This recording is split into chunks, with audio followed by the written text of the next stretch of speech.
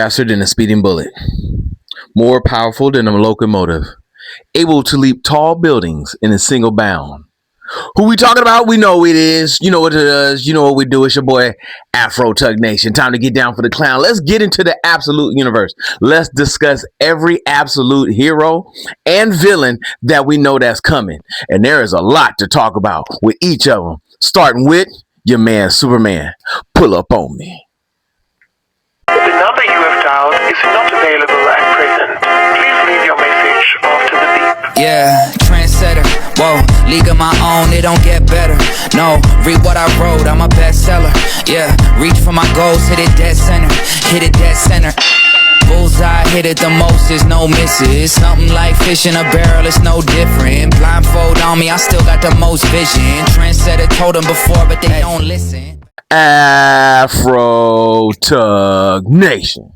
It's your boy T3 Geek Town. Let's get down for the clown. Before we do that, let's pay these bills. Like, subscribe, share, comment, come talk to your boy. I appreciate everybody that comes through. We only need five more to get to 300. Oh my gosh, who would ever thought, who would ever think, who would ever thought of that your boy would be on 300 subscribers in this game? But let's talk about an absolute Superman, because that's what you came here to do. So let's go ahead and get into it. Now, we have talked a little bit about absolute Superman. We have talked a little bit about the books, but we have yet to talk about the character of absolute Superman. I am 10 comic books in. Yes, I am coming to you as a straight man, straight from the books, not from a history or historian, just straight from the books. And what are they talking about? We have discussed that Superman also and still does come from the planet Krypton. Yes, Krypton is still destroyed by its own scientists, and the lack of interest in creativity and thought process of the people of Krypton, the Kryptonians, who allowed the planet to be destroyed, thinking that, oh, the planet will be just fine. And yes, his father is still one of the ones who's figured out how it was going to be destroyed. But no, Jor-El was not a top scientist. He was just a mine worker. He was exiled by his people and branded with the shield on his chest. Yes, all those with the shield on their chest with the S actually was meant for steel workers, people who actually worked hard for a living, not those who were known upon the great echelon of people that's out there in Krypton. So your emblem really was based on your class, not just your what is it? I guess your family name, because that was a family crest in the original Superman. Well, this is a crest of those who were lower class workers, the working man, the blue collar, the guy that's just out there getting his grind on because he ain't getting no money. Well, his father was a miner, yet he was still a brilliant scientist at the top of that, just not somebody in the scientific community. And he found that the planet itself was being destroyed based on some digging that he was doing out there in the fields. His wife, also exiled into the fields with the branded S on her chest, was also a highly known scientist. But again, because she was exiled, she was a farmer in the land. She was out there in the fields just trying to take care of her family. And Clark, at this point, aka Kal-El, at the age of 14, yes, I said 14, not a baby, is out there with his family. So he has had time. He has got a little bit of the Supergirl story going on, with him having to spend time with his family before the planet's destruction, which messes with one psyche that you will find out as the Supergirl story comes along.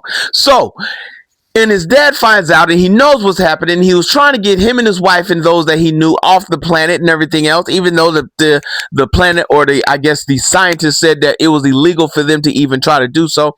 As the planet was falling apart, the ships that they had were being put together, being loaded up to the docks, and the only ship that survived that we know of the explosion is Superman's ship. Now, again, he was at the age of 14, 15 when he was put into this ship. It was an AI. Oh my God, I was trying to say AI. Promise you, I'm not stuttering. It was an AI ship called Solus, Sol, S-O-L. that was a part of the AI program that was on this ship and is now a part of Superman's suit because it bonded to Superman as the ship was finally crashing to Earth. Well, with that suit, because he can only hear it since it's bonded to him and it is in his mind that he can hear it, of course, because nobody else can hear it out loud, it allows him to absorb the sun more vibrantly. Now, part of what Superman's powers come from, as you know, is from the sun.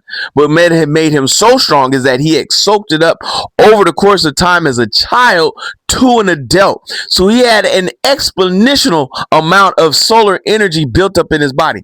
Well, now you're looking at a young 20-year-old, because it took that long, Superman, who is on this planet, and he has not had the entire time of soaking up the sun, which means his powers are slowly getting bigger, faster, better, but not at his full strength that he's at. Lois Lane is not a reporter. She is a soldier. What? And the number one villain as of right now, you hear, you thought he was Brainiac because you do come across this guy, is Ra's al Ghul. But turns out, and I just found this out, the Joker is a head of a whole criminal organization that is in charge of all the chaos that is happening in the world and on the planet, and why there's such division. Now, why is that significant? Because we only see the Joker once, and I do mean once, in absolute Batman so far.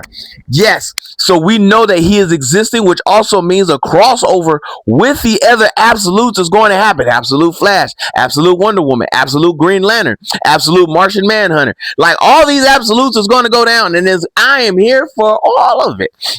But yet, Superman has an attitude problem because he is here for the common man. He is here for those who is here on this earth. He is here to help those who can't help themselves. And he keeps doing that. But in the group Lazarus, which apparently means life, but to the group it means death. Well, we know Lazarus does technically mean life, but they ain't about life. They about control. And with that control, Ra's al Ghul wants Superman with the help of Brainiac. But Brainiac looks kind of broken down.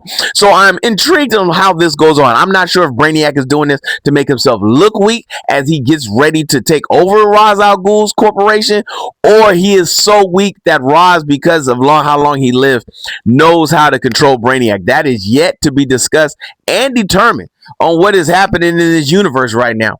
We know that Superman has a huge issue because he is seeing his people oppressed on Krypton and now on Earth. And he is now finding himself in the same battle that he was in before.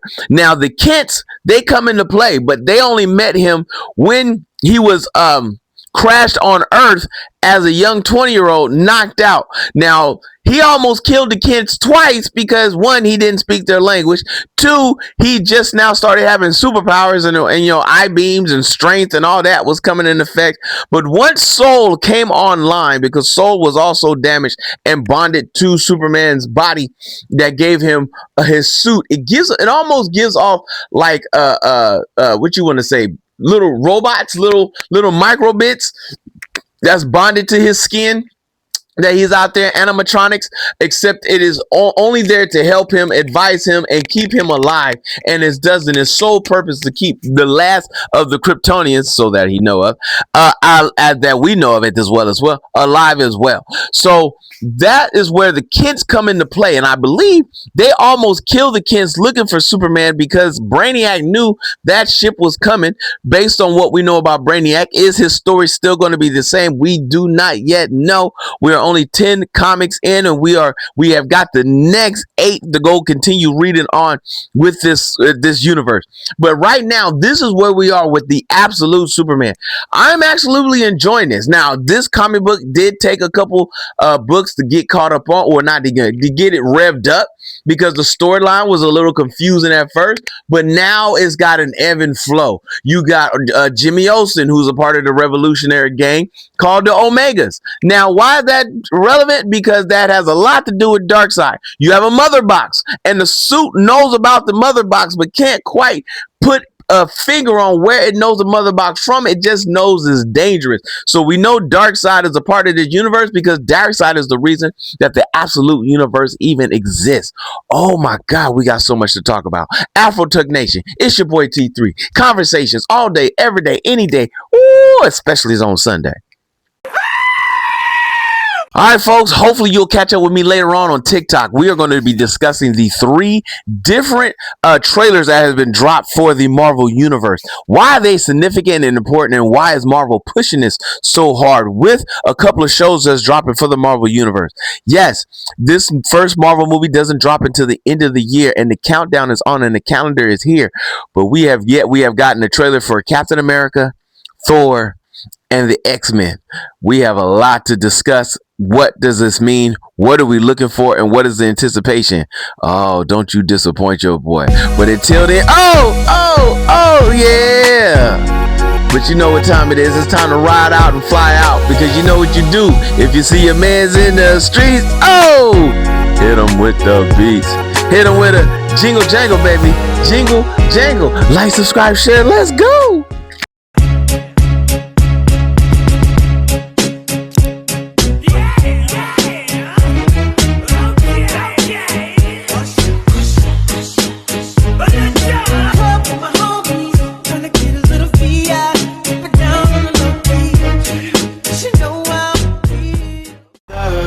Caught in the crossfire.